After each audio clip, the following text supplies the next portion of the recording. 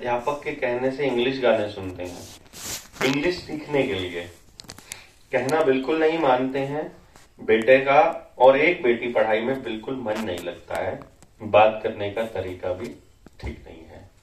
मेरे ख्याल से मैक्सिमम चीजें मैं इसमें से बोल चुका हूं, है ना, लेकिन फिर भी मैं इस पे बात करता हूं, इस पे करूंगा। मेरे 2 बच्चे हैं। लड़के पढ़ाई में तो ठीक हैं पर हिंदी में थोड़े वीक हैं। बड़े लड़के को एक दिन समझा रहा था तो बोलता है क्यों पका रहे हो। उनको कुछ बोलो तो उनको यूं लगता है कि हमें सब पता है। फोन टीवी ज्यादा देखते हैं जिससे कार्टून, रेंजर्स मूवी और उनकी मम्मी भी साथ में नाटक सास बहू के लगी रहती है। सुबह नहीं उठते हैं, 11-12 बजा देते हैं। क्योंकि नहीं पता, जल्दी उठने को बोलता हूं तो समझ नहीं आता। रात को भी देर से सोते हैं। स्कूल में तो दिन में जाते हैं। कोई नहीं सुनता है घर में। जब उन्हें समझाता हूं किसी बात पर तो पागल सा लगता हूं। इसके लिए मैं ये कहूंगा भाई जी कि समझाने से ज्यादा इंपॉर्टेंट समझना होता है। यही मैं शुरू में मैंने बताया था। मुझे एक चीज समझ में आती है कि जब आप समझना शुरू करते हो, जब आप सुनना शुरू करते हो, तो आपको कारण समझ में आने शुरू हो जाते हैं।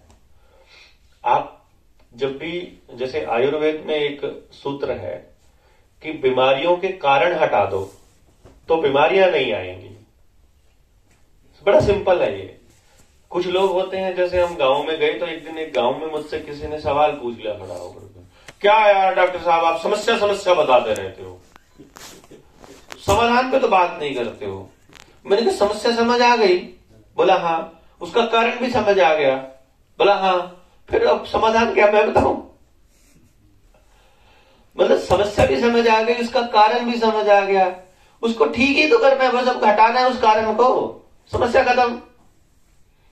उसको ठीक करने के लिए वो पार्ट है, उसके लिए तो आपको ऐसे थोड़ी होगा कि मैं यहां बैठूंगा, कोई मंत्र फूकूंगा, एक दिन में बोल दिया और छुट्टी हो जाएगी। इतना बड़ा समाज में प्लानिंग के तहत मीडिया के जरिए, टीवी के जरिए, मोबाइल के जरिए सब पूरे तंत्र ने मिलकर सब कुछ बर्बाद किया है। हजारों साल की संस्कृति को तहस नहस करने की योजना प्लानिंग के तहत चल रही है। उसको ठीक करने का काम एक चुटकी में या एक सेमिनार में कैसे हो सकता है भाई?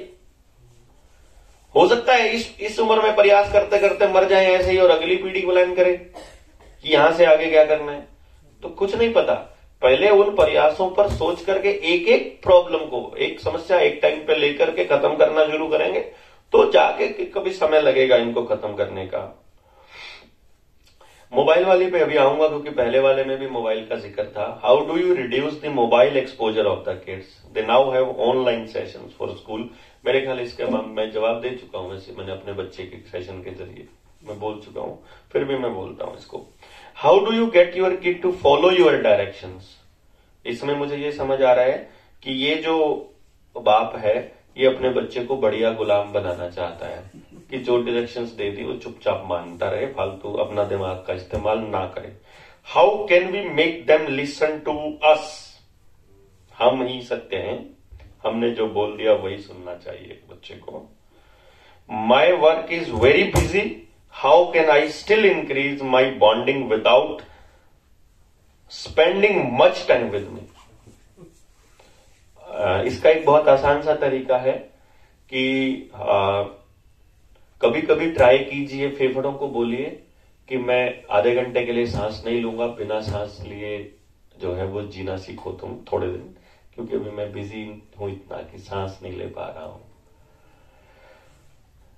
मुझे लगता है कि इट्स वेरी इंपॉर्टेंट पार्ट कि मैं आपको एक चीज समझा पाऊं अपनी इस बात के जरिए।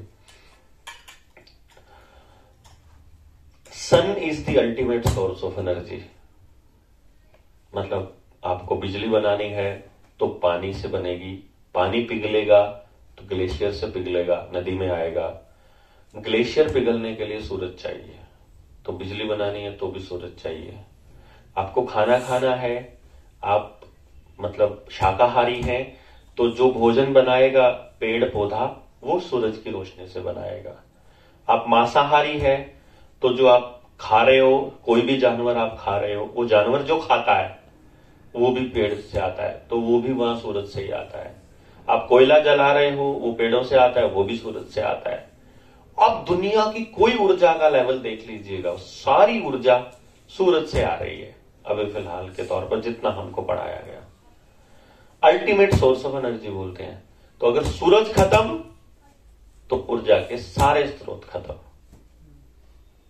बीमार होना शुरू हो जाओगे, परमानेंट बीमार, टैबलेट से जिंदा नहीं रह पाओगे। कोई कोई कोई अल्टरनेट थेरेपी काम नहीं करेगी। सूरज खत्म तो सब खत्म। हां, आपको खत्म हुआ लगेगा नहीं, आपको लगेगा नहीं कि खत्म हो गया, क्योंकि वो इतनी धीमी प्रोसेस होगी। पहले धीरे धीरे पेन होना शुरू होगा, आपका सूरज का एक्सपोजर कम होगा तो आपके शरीर की हड्डियां गलनी, अंदर ही अंदर कमजोर होनी स्टार्ट हो जाएंगी, टूटने के लिए तैयार रहना शुरू हो जाएंगी, आपको दर्द 24 घंटे रहना शुरू हो जाएगा। आप, ऐसा हो सकता है कि कोई शातिर आदमी आपको यह कह दे कि खाना पीना खराब हो गया है इसलिए ये दर्द हो रहा है, लेकिन असल में वो सूरज की कमी से ही है, और उसकी भरपाई सूरज ही कर सकता है।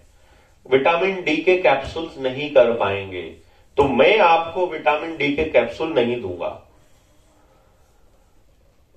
बच्चों से बॉन्डिंग केवल बात करने से बनेगी, और उनकी बात करने से बनेगी। उनको मजा आना चाहिए आपसे बात करने में, तब बनेगी। आप क्या चाहते हैं, आपकी क्या इच्छाएं हैं, आपके पास कितना टाइम है, मुझे या उन बच्चों को इस बात से कोई फर्क नहीं पड़ता अल्टीमेटली, क्योंकि उसका एक ही समाधान है।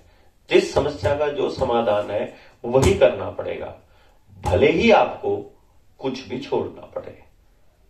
फिर आपको तय करना है आपकी प्रायोरिटी।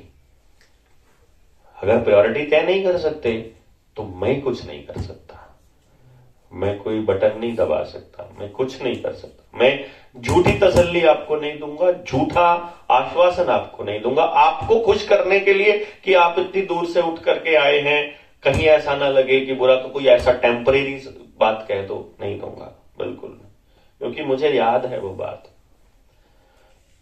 बच्चा आपकी छोटी से छोटी, बड़ी से बड़ी हर हरकत को नोटिस करता है, हर हरकत को। आप इमेजिन भी नहीं कर सकते कितने माइन्यूट लेवल पर 360 डिग्री देखता है। एक बात आपकी सुनी, उसको वो परमानेंट रूल मान लेगा। उसी चीज पर उसने दूसरी बात सुनी तो उसको भी रूल मान लेगा। उसी बात पे तीसरी बात सुनी कभी किसी और मुद्दे पर, उसको भी रूल मान लेगा। और ऐसे मानते मानते वो अपने रूल्स तय करेगा उस पर्टिकुलर टॉपिक पर, और वो टॉपिक्स पे अपने आप तय होते हैं। मैं आपके सामने एक छोटा सा एग्जांपल देता हूं। जब माँ बाप अपने बच्चे के लिए उसका फेवरेट खिलौना बाजार से लेकर आते हैं और बच्चा घर में है और पापा लेकर आते हैं और रोज लेकर आते हैं जब वो छोटा है, और जब वो रूल बना लेता है, अच्छा आज भी लेकर आए, कल भी लेकर आए, इसका मतलब अब अगले दिन भी लेकर आएंगे, तो अगले दिन से वो पापा का नहीं, नए खिलौने का इंतजार करता रहता है। फिर वो चॉकलेट का इंतजार करता है, उसको बाइक पे घुमा के लेकर जाता है, फिर वो बाइक का इंतजार करता है, फिर वो पापा का इंतजार नहीं करता। अगर आप गिलास टूट जाए, ऐसे करके आवाज आए जोर से और आप उसके ऊपर चिल्ला पड़ते हैं, तो उसको यह समझ में आता है कि ये हरकत इंपॉर्टेंट है इनके लिए, इस पे ज्यादा फोकस है इनका। जब कोई गिलास टूट जाए और उस गिलास टूटने पर उसको थप्पड़ पड़ता है, तो बच्चे को यह समझ में आता है कि मैंने गलती से गिराया था, मेरे से गिरा गया था, वैसे ही गिर गया था, इन्होंने इस बात की तरफ बिल्कुल ध्यान नहीं दिया, तो मेरे से ज्यादा इनको गिलास प्यारा है। तो वो फिर गिलासों की फिक्र करना शुरू कर देगा, फिर वो चीजों को तो संभाल कर रखेगा, इंसानों पे फोकस खत्म हो जाएगा, फिर वो आपकी तरफ नहीं देखेगा। फिर जब आप बूढ़े हो जाओगे और बिस्तर में टट्टी करोगे और उल्टी करोगे ना, तो दिखाई नहीं देता है क्या? सेम भाषा में बोलेगा जैसे आज बोल रहे हो। हाँ, मतलब रात में हल्ला करते हैं ना, खेल करते हैं, एक्टिंग चलाते हैं, तो अब समझ में आया कि मतलब वो एक डजन चाहते हैं हमारे साथ। आप चुप बैठे हो, आपको मैं देखता हूं माँ होती है, माँ को अपने बच्चे के रोने के स्टाइल से पता चल जाता है इसको भूख लगी है कि पोटी आई है कि सुसु आई है। बाप को एक ही चीज समझ में आती है, चुप करा देना, इसको दिमाग खराब कर रखा है, दिन में वो दिन लोग पीते, रात में तुम लोग चुप नहीं रहते। और फिर वो बच्चा सुन रहा होता है, बेशक उसको भाषा समझ में नहीं आती। मैं अगर आपको अभी गुस्से में बोलूंगा और दूसरी भाषा में बोल दूंगा तो भी समझ जाओगे आप मेरी आंखें और मेरे टोन देख करके कि ये गुस्से में बोल रहा है। अगर मैं समझाने की भाषा में बोलूंगा तो आप वो भी समझ जाओगे। शब्द निकल जाते हैं, भाव हमेशा उम्र ध्यान रहता है, परमानेंट, जिंदगी भर। कि हाँ ये मेरे साथ इस तरह से भाव ही याद रहते हैं, वर्ड याद नहीं रहता। वर्ड कुछ नहीं होते। Word is the total temporary thing. वो एक फॉर्म से दूसरी फॉर्म में चेंज हो जाते हैं, भाव कभी नहीं बदलते। आप टैग कर रहे हो उसको भाव। हाँ, एग्जैक्टली। आइसक्रीम के स्टिक की तरह है, वो खाने का काम आया, फेंक दिया बाद में। शब्द, हाँ, शब्दों का काम, शब्दों को आप जैसे मर्जी लीजिए, बट शब्द किसी काम नहीं होते। शब्द ही बर्बादी का कारण है। रिश्ते बर्बाद शब्दों की वजह से हो रहे हैं, भावों की वजह से नहीं हो रहे। भाव थोड़ी है, माँ बाप अपने बच्चों के लिए भाव थोड़ी गलत रखता है, शब्द है उसके मुंह से निकलते हैं जो, और ये शब्द ही सबसे बड़ा कारण है। और माँ बाप को अपने शब्द निकालने ही नहीं पता कैसे निकालने हैं। कोको आ गई, बाऊ आ गया, छोटे से बच्चे को समझाने के लिए कह देते हैं, ये वो ले गया, ये हो गया, ठीक है, वो कर दिया। वो डॉक्टर जी आ गए, मेरे को कोई मिलता है, डॉक्टर साहब आ गए, डॉक्टर साहब, डॉक्टर है ये, सुई लगा देंगे। भाई क्यों? झूठ, 24 घंटे झूठ। इस बच्चे को मालूम है 4 दिन के बाद मालूम पड़ेगा कि जो तुमने परसों बोला था ना वो अब नहीं हो रहा है, तो झूठ है, झूठ है। 24 घंटे आपकी हर बात का एनालिसिस होता है कि इसने यहां भी झूठ बोला, यहां भी झूठ बोला, यहां भी झूठ बोला।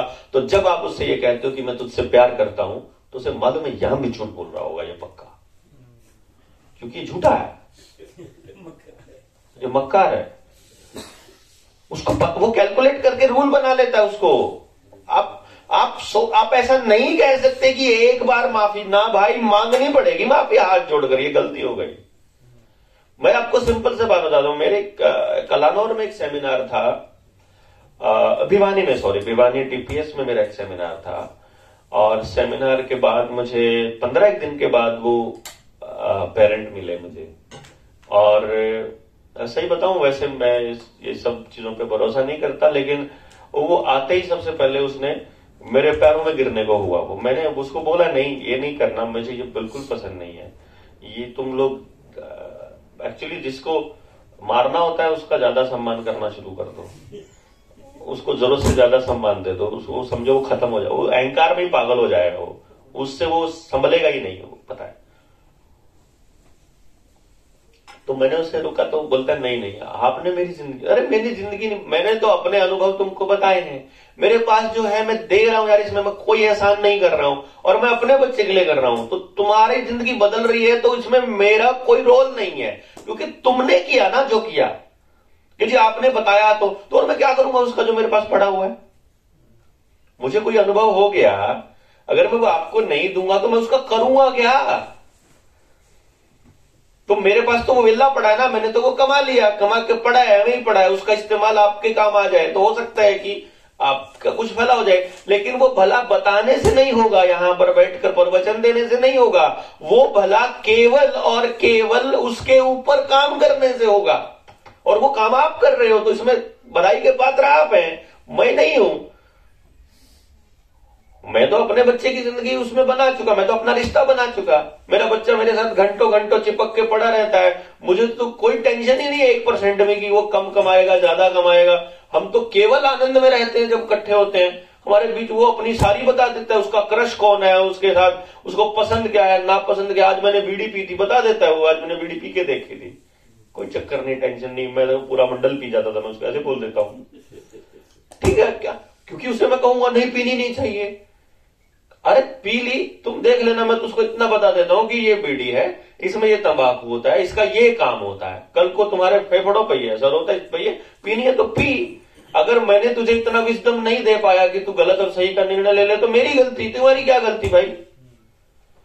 तुम्हारी कोई गलती नहीं, मेरी गलती है। तो मुझे अपनी परवरिश पर पूरा भरोसा है कि मेरा बच्चा ये चीज ट्राई कर रहा है, ट्राई करने के लिए कर रहा है, और तो मुझे कोई टेंशन नहीं है, क्योंकि मुझे पता वो छोड़ देगा।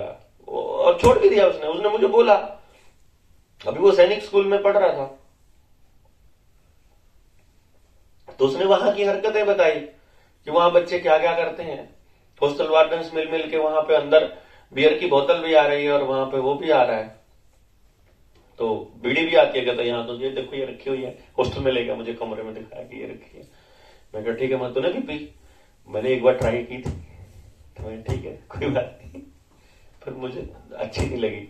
हाँ ठीक है कोई, और मुझे पता है पीनी भी नहीं, लेकिन मैं तो देख रहा था कि ये लोग क्यों पीते हैं। तो मैं जो बता रहा था कि बच्चा कैसे सोचता है बहुत अलग होता है, बहुत ही अलग। आप मतलब मैं तो जैसे क्या होता है आपको सही बताऊं, मैं जब आज भी मतलब आमतौर पे मैंने अभी तक ऐसे पेरेंट बहुत कम देखे हैं जो अपने 15-16 साल के बच्चे की तरफ देखकर भी उनके मन में वही भाव आते हों जो 2 साल के बच्चे को देखकर आते हैं। क्योंकि वो जैसे मैंने आपको बताया ना, नर्सरी में पीटीएम की जो अटेंडेंस 100% से होते होते वो जा लेती है, तो जब मैं माँ बाप से पूछता हूँ जाके, क्या वही बात सुनने को मिलती है यार, मतलब मानते हैं नहीं है क्या, मतलब वो जो डायलॉग जो शुरू में होते हैं वो कहीं और ही गायब हो जाते हैं। मैं अपने बच्चे को जब छोड़ने जा रहा था, 4th क्लास में था, तो मैंने उसको छोड़ करके भेज दिया। मैं गाड़ी में बैठा 2 मिनट के लिए मैं सारे पेरेंट्स की हरकतें देखता रहता हूं, मेरा काम ही है कि देखो क्या कर रहे हैं। तो मेरे से एक गाड़ी मेरे से आगे आके रुकी और वो बच्चा, छोटा सा बच्चा गाड़ी से उतरा, उसके पापा ने उसके लिए खिड़की खोली और वो उस गाड़ी से उतरा, उसका पापा नीचे बैठा, उसको हक किया, उसको किस किया, उसको बाय बाय किया और उसको भेजा। और मेरे से वो मेरा वो पेरेंटिंग कोच वाला कीड़ा वो फिर उठ गया और मैं गाड़ी उतर के गया, मैं उसके पास गया। तो मैंने उसको सिर्फ इतना ही बोला, मैं कहा भाई एक छोटी सी बात कहूं। मैंने उस पेरेंट को बोला क्या? मैं कहा मैं आपको कुछ नहीं कहूंगा, बस एक बात कहूंगा कि ये जो प्रोसेस चालू किया है ना अपने बच्चे को ये बताने का कि तू उससे कितना प्यार करता है, इसको बंद नहीं करना कभी। क्योंकि तुमने जिस दिन बंद कर दिया बच्चा टूट जाएगा तुमसे। फिर मुझे मत कहना या किसी को मत कहना कि हमारा बच्चा हमारी सुनता नहीं है। आप शुरू करते हो पूरी कहानी और आप ही खत्म करते हो। बच्चा वही खड़ा होता है, वो आपसे वही उम्मीद कर रहा होता है, आखिर तक वही उम्मीद कर रहा होता है और वो रो रहा होता है। और मैं उस दर्द को महसूस करता हूं कि तुमने कचरा कर दिया इस बच्चे का। आपने छोड़ा ना, आप ही ने छोड़ा सब कुछ, वो वही खड़ा है। वो ऐसे हजारों की संख्या में आपको ऐसे अनुभव होंगे जब आप थोड़ा सा इमोशंस को साइड में रख के और उनको देखोगे तो आपको पता चलेगा सब कुछ हमने अपने हाथों से बर्बाद किया है, सब कुछ। वो तो इतने प्योर है ना, इतने निर्मल है, आप अंदाजा भी नहीं लगा सकते। सोचो एक बार, मैं बैठा हूं लैपटॉप लेकर के और आगे मेरे रखे हैं सेब, बास्केट के अंदर बड़े सारे सेब रखे हैं, और बच्चा स्कूल से आता है भागा भागा, बैग फेंक दिया ऐसे करके। मेरे अपने बच्चे की बात बता रहा हूं, नर्सरी में होगा वो, जब उस वक्त की बात है ये। बैग फेंक करके बैठ गया, मेरे साथ आके बैठ गया, देखा उसने पापा काम कर रहे हैं, मैं उसके साथ बात कर रहा हूँ। कैसा रहा स्कूल? बढ़िया, मस्त, बढ़िया, ठीक है, मैं कर लूं काम? मैं उससे इजाजत लेता हूँ, मैं कर लूं काम? हाँ कर लो, तो आप दूध पियो तब तक, मम्मा दूध ला रही है आपके लिए, और फिर हम खेलते हैं। अभी मैं तब तक फिनिश कर लेता हूँ, ये फिनिशिंग करता हूँ। मैं आज भी इजाजत लेता हूँ उससे, मैं आपको बता रहा हूँ। मैं ये कर लूं अगर आप कहो तो? हाँ कर लो तो करता हूं, नहीं तो नहीं। तो वो ऐसे उठ के आया मेरे पास, सोफे से उठकर सामने आ गया, उसने सेब उठाई, चखी, वापस रख दी, फिर उसने दूसरी उठाई, वो भी चखी, वापस रख दी। और उसकी मम्मी ऐसे सामने किचन था मेरा, और वो उसके दरवाजे पे खड़ी थी, और वो चलने को हुई। क्या करने के लिए चली होगी वो? मम्मी बताएगी क्या करने के लिए रुकी होगी, क्या कहने के लिए। आप क्या कहोगे ऐसे टाइम पर? पूरा पूरा खा ले, सारे मत खराब कर। तेरे को जो चाहिए खा ले। जब उसने तीसरा उठा करके तीसरे पे भी चखा, तो वो मतलब मैं उसे रोक रहा हूं और वो ऐसे करके बता रही, बोल नहीं रही, वो ये कह रही खराब कर रहा है सारे। कोई बात नहीं, लेट हिम, क्या कितनी सेब खा लेगा, क्या कर लेगा, कोई बात। वो तीसरी भी खा के रख दिया उसने वो मतलब मैं उसको देख रहा हूं, मैं उसको खुश हो रहा हूं देख करके, वो खा के वापस रख रहा है। आप क्या करेंगे? वो टोकरी उठा करके फ्रिज पे रख देंगे या मतलब उसको काट के दे देंगे? आप उससे बहुत ही प्यार करते हैं तो काट के उसको ले ही खा लो, बैठ करके प्लेट में रख देंगे। वो क्या सोच रहा है? हो सकता है मीठा नहीं लग रहा उसको, कोई वो सारों का टेस्ट करना, एक्सपीरियंस करना। अब एक्सपीरियंस करना चाह रहा है, उसको वो मीठा नहीं लगा तो उसने दूसरा ट्राई कर रहा है।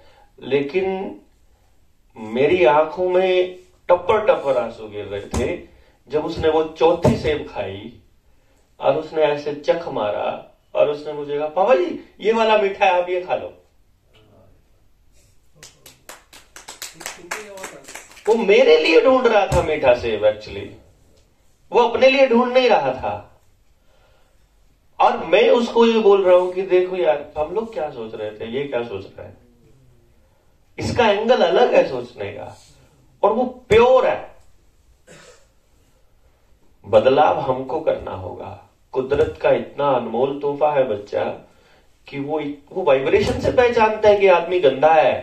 नमस्ते करने का जी नहीं करता उसका आप धक्के से कराते हो, करो नमस्ते, अरे वो समझता है ये कमीना आदमी है।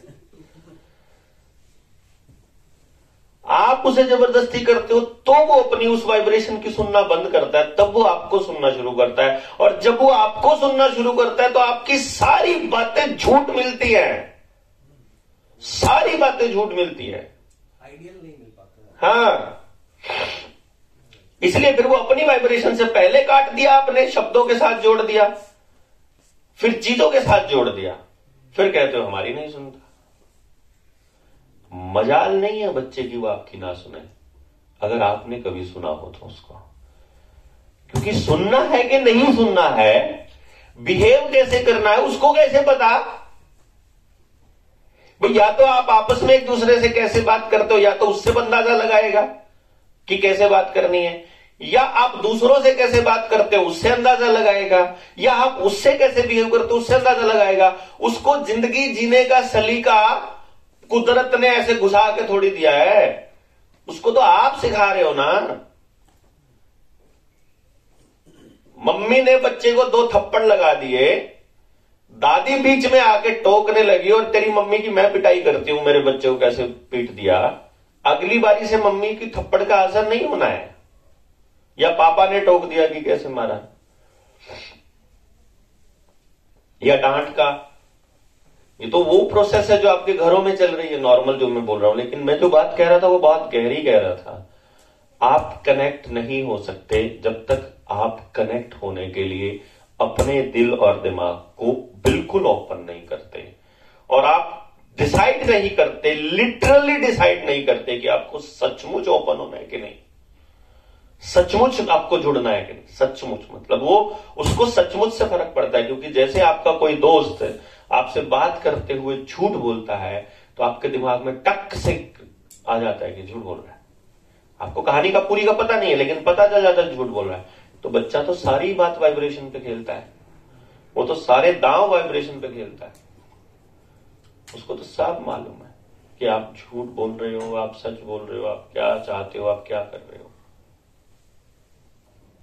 बहुत इंपॉर्टेंट है ये सोचना कि वो क्या सोच रहा है, और ये आप सोच ही नहीं सकते, ये आपको एंड रिजल्ट में ही पता चलता है कि वो क्या सोच रहा है।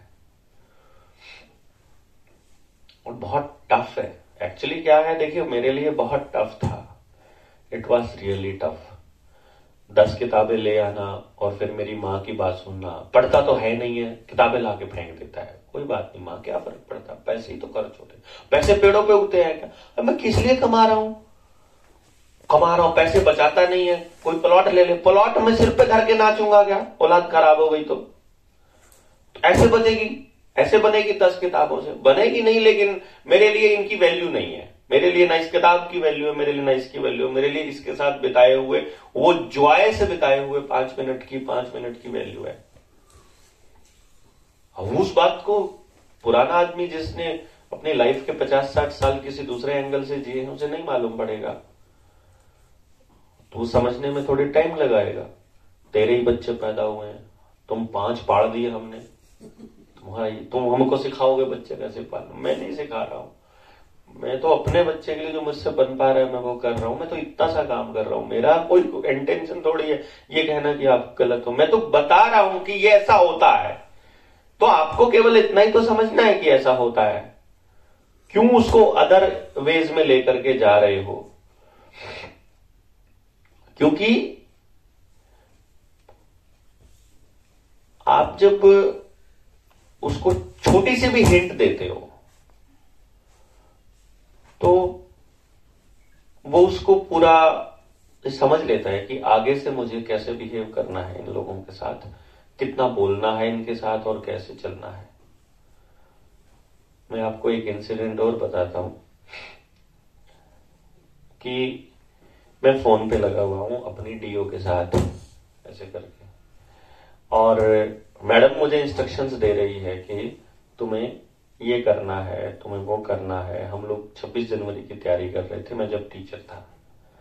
मेरा बच्चा अपनी छोटी सी ड्राइंग लेकर के आता है मेरे पास, 3-4 साल का ही रहा होगा, और आकर के मुझे बोलता है पापा जी। तो मैंने उसी टाइम बिना मैडम को बोले, डीओ को बोले, मैंने फोन काट दिया और वो दूसरे फोन होते थे कीपैड वाले, नोकिया का फोन था, अपने काट दिया और मैं कहा हाँ बेटा ये बनाया मैंने। और क्या क्या बनाया है इसमें, ये पहाड़ बनाए, ये रंग कलर, इस कलर में क्या, वो सारी बातें करी मैंने। और उस 1-1.5 मिनट की वार्ता में मुझे फोन बंद करना पड़ा क्योंकि मैडम बार बार फोन कर रही। काट दिया, पहले 3-4 बार काटा, लेकिन उस काटने से अफसर की ईगो हर्ट हो गई। और जब बच्चा चला गया तो मुझे फोन जब सुना मेरा, मैंने फोन उठाया, मैं कहा हाँ जी मैडम। क्या बदतमीजी है ये, फोन क्यों काट रहे हो? मैंने कहा मैडम मेरा बेटा आ गया था,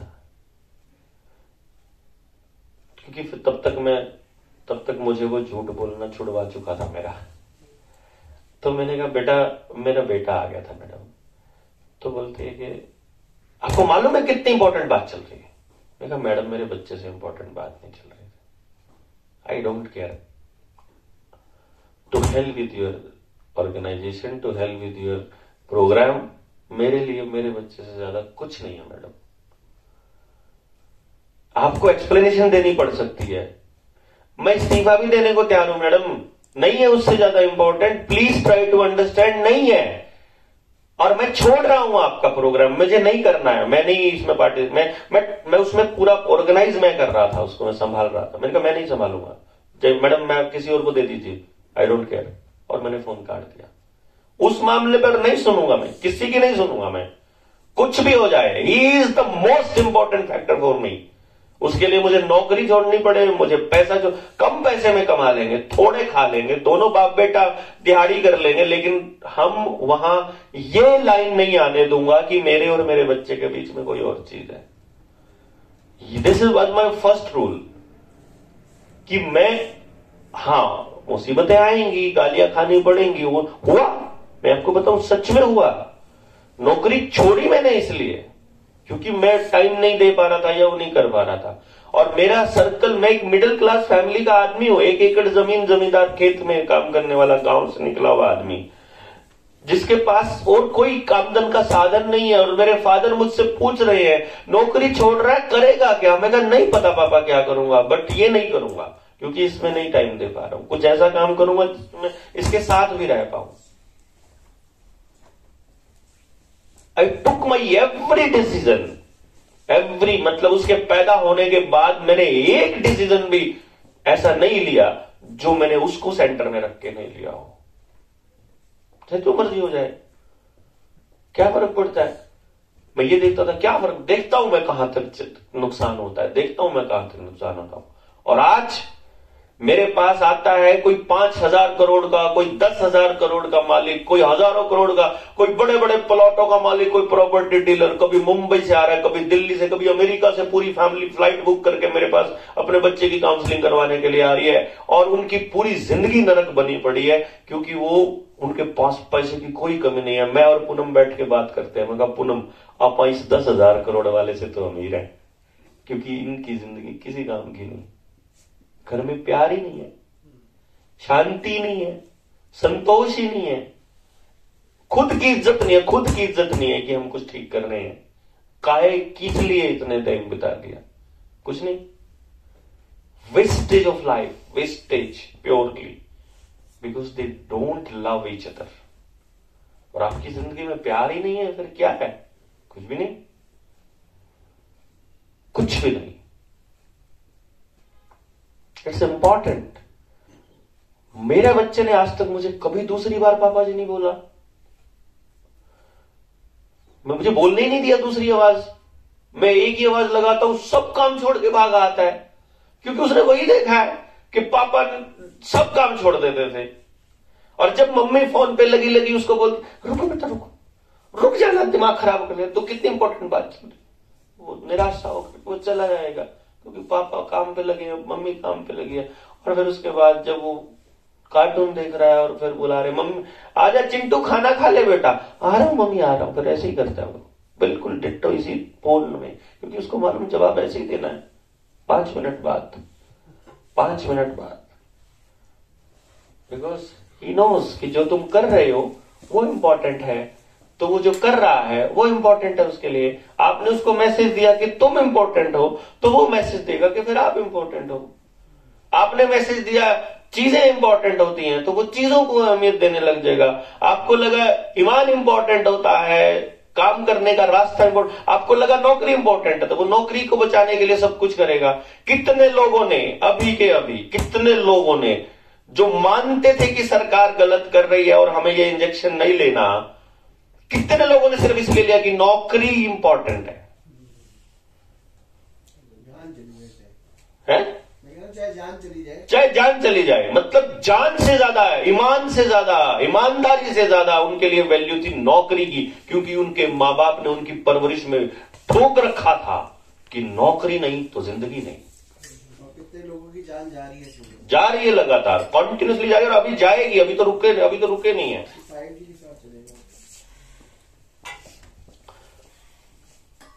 मतलब लंबी बातें हैं करने को, और मुझे लगता है कि टाइम की कमी रहेगी मेरे पास, वैसे तो कुछ नहीं। आप मुझे मैसेज करेंगे ना, देखो अगला जो सेमिनार होगा अपना, अगला जो प्रोग्राम होगा, उसमें ये सारे लोग तो आएंगे ना, तो हम ऐसा कर सकते हैं कि या तो मैं आपके मोबाइल पर इसका मैसेज भेज दूं, या ग्रुप बना लेंगे, ग्रुप में भेज दूंगा इनके सबके जवाब, है ना।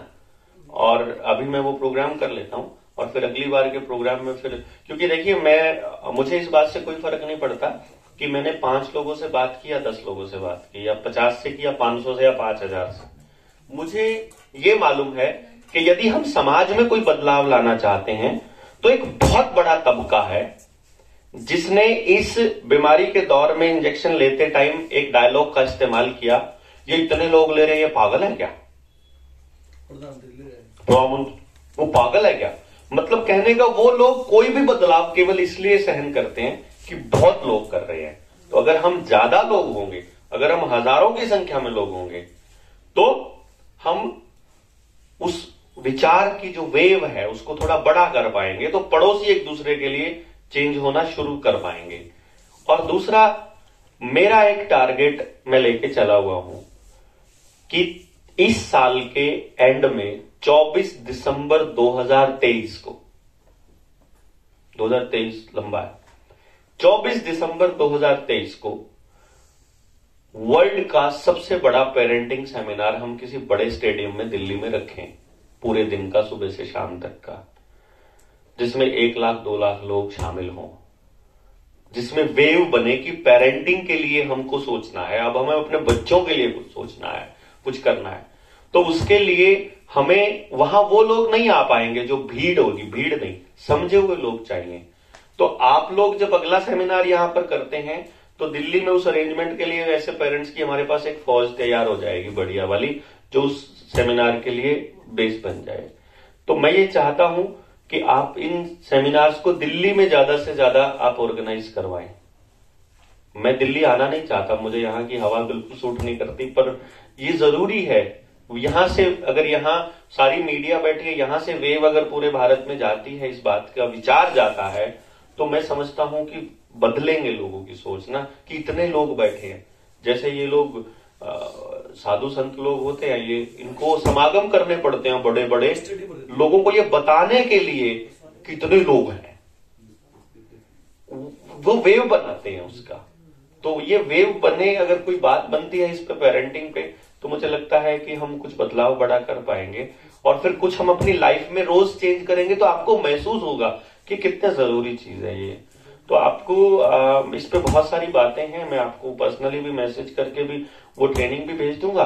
और दूसरा मैं समझता हूं कि अभी मैं अपनी बात को खत्म करके उधर चलें और अगले सेमिनार के लिए तैयार रहिए कि आपने अपने 10 पेरेंट परमानेंट तैयार करके रखने हैं अगले सेमिनार के लिए। मिनिमम, ज्यादा से ज्यादा जितने हो सकते उतना बड़े, मतलब जितने ज्यादा होंगे आपका सर्कल उतना बदलेगा, उतने ही आप एक दूसरे के लिए माहौल बनाओगे। जैसे भी मेरी नौकरी छूट गई, नौकरी करना इंपॉर्टेंट है या काम करना इंपॉर्टेंट है, पहले तो ये देखो। अगर काम करना इंपॉर्टेंट है तो काम की कोई कमी नहीं दुनिया में।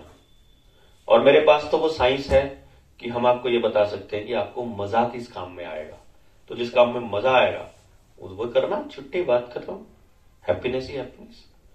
कल वहां गए थे हम लोग, वहां मध्य प्रदेश में थे परसों, तो वहां एक बुजुर्ग थे अंकल 65-70 साल के।